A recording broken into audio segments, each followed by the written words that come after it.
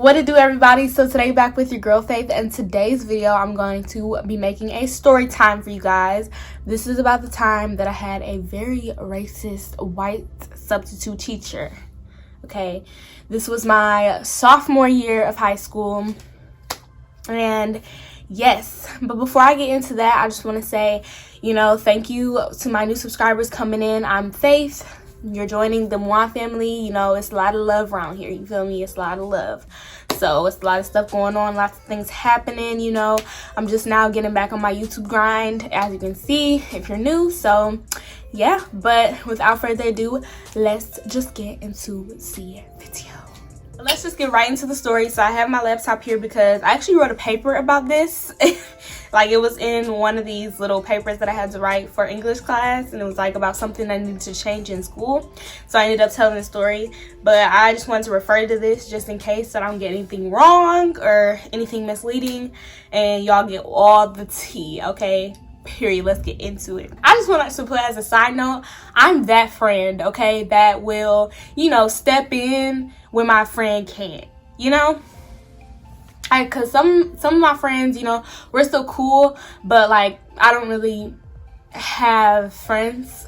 Like I just don't have friends right now. I'm that friend that, sticks up for my other friends in their battles and stuff like that if I know they're too nice. Because some people would just be really too nice and, not afraid to say stuff, but just aren't super confrontational. So it's like, I was that friend that was always right there, like, okay? Like, I would let my friends, handle their business and whatnot, but when it was time to step in, it was time to step in, because some people be trying to really cross the line, okay?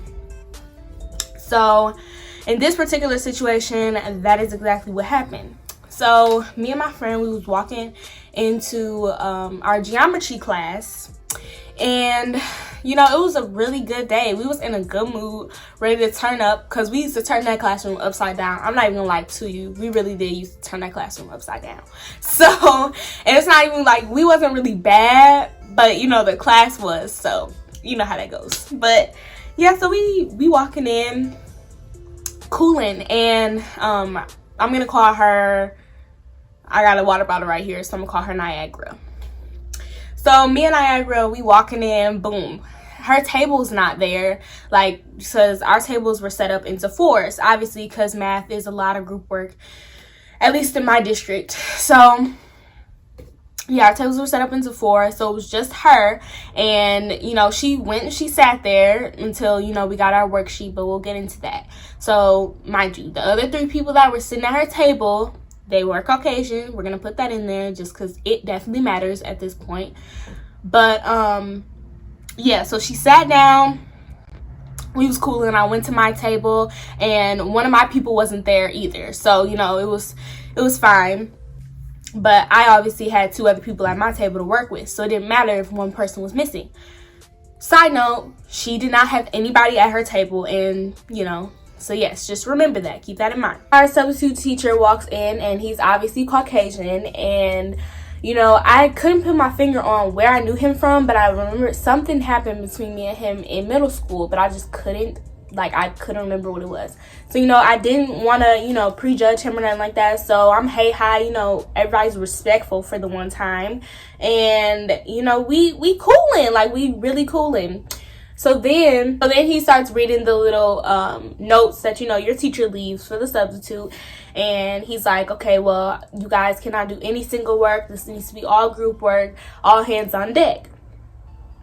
Period. Okay, all hands on deck. We got you. So then Niagara is sitting there, and she's like, okay, well, I don't have like a partner or anything like that. Because mind you, the whole rest of the class was there and present. So all the spots were filled except for the three kids that were not at her table and the one person who was absent from mine. So she takes her stuff, because we're in high school and we make our own decisions. She takes her stuff and she brings it to the table, because that's the logical thing to do. If he literally made it so clear that he did not want to see anybody doing single work. Okay. So she comes to the table, and, mind you, me and her, we was not fooling around at all. Like, I think it was close to finals when this happened. So, we was all cool, and like our whole table was really trying to, get on deck with stuff because it was time. You know, no more time for playing around and all that extra stuff that no, none of that. So she comes, she sits, and we're doing work or whatever. And then next thing you know, the 3 Caucasian children who were sitting at the table with her, who were supposed to be at her table, walk in. Like, okay, welcome to class, you're late. Like, so they walk in hella late, y'all, hella late. So they come and they sit at the table, and then this Caucasian boy rush across the room, and he like, I'm finna come sit with y'all. Okay,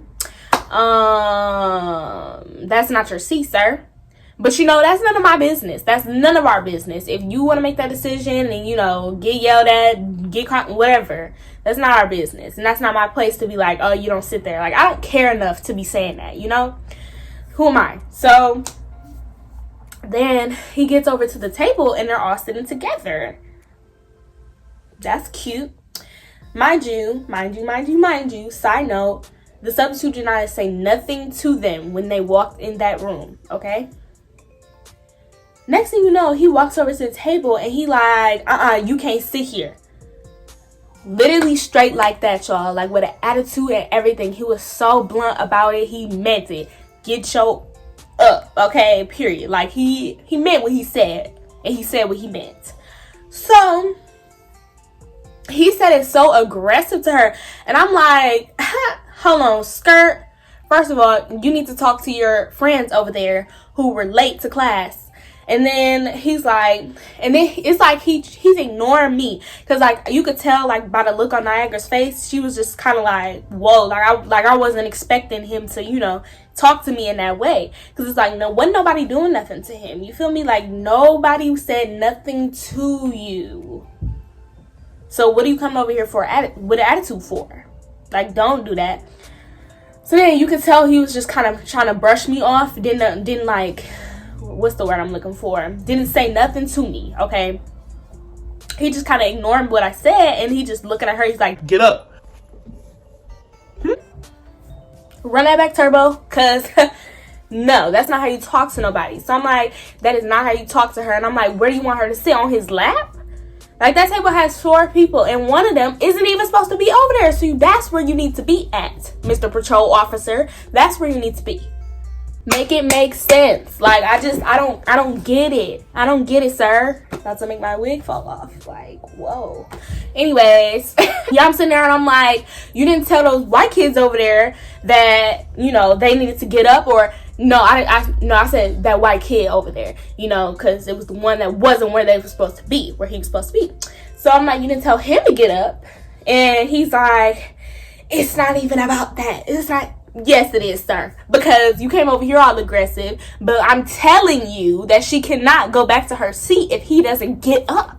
There's no going back. Like, come on now. I don't even know what Niagara was saying. Like, she wasn't, like, hype or nothing like that. She wasn't, you know, she wasn't doing what I was doing. But, you know, she was kind of like, you know, just kind of quiet about it. And I'm just like, nah, like, you don't let nobody talk to you like that. You feel me?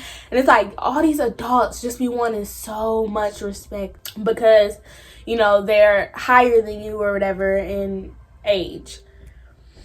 It does not work like that. Like, if you want respect from me, you're going to have to, you know, respect me in return. Like, obviously, it's going to be respect no matter what. Because you're an adult and you're grown. Okay, but if I'm cooling and you just walk up to me on some disrespectful stuff for no reason and you're being racist on top of that, oh yeah, you're done for. I'm sorry, but the two don't mix. 6 + 6 is not 18. I'm getting heated because he's steady yelling at her, and I'm like, so I stand up and I'm just like, this is what y'all racist teachers, like, this is what y'all be doing and y'all be getting away with it. I'm heated. I'm just like, this is what I be talking about right here. Like, this is what I be talking about, because y'all just can get away with anything and they not gonna fire you. Like, I was so mad, y'all.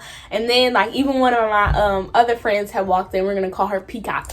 She walked in and, you know, she was just like, ooh, because when I tell y'all I was going off, the whole class just got silent.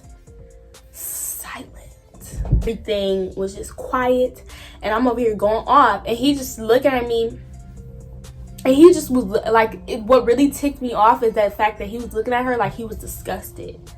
Like, that look on his face, I'll never forget, like, how he looked at her. Like, he just looked disgusted when he was telling her to get up. Like, don't do that. Like, I don't play that. I don't play that racist stuff. I don't play that disrespect stuff. Like, especially with one of my friends. Like, I feel like I probably would have did that for pretty much anybody else in the classroom, too. You know, as a person of color. And... you know, I really would have stood up for somebody else, because, you feel me, like, it's just not right. And if you're not gonna do it, then I am, you know, because it's like one of us got to be a voice for, you know, what's going on. And I'm not gonna let you sit here and get disrespected. Like, that's just not gonna happen, you know. So, and here he go. I'm finna call the principal. Okay, I don't care. I just don't care. Like, so he called the principal, and here come Mr. Let's call him, Smiley. Mr. Smiley comes in, and he's like, and you know what a teacher go like? That means, get your butt up. Let's go. Let's head out. So, I'm like, me?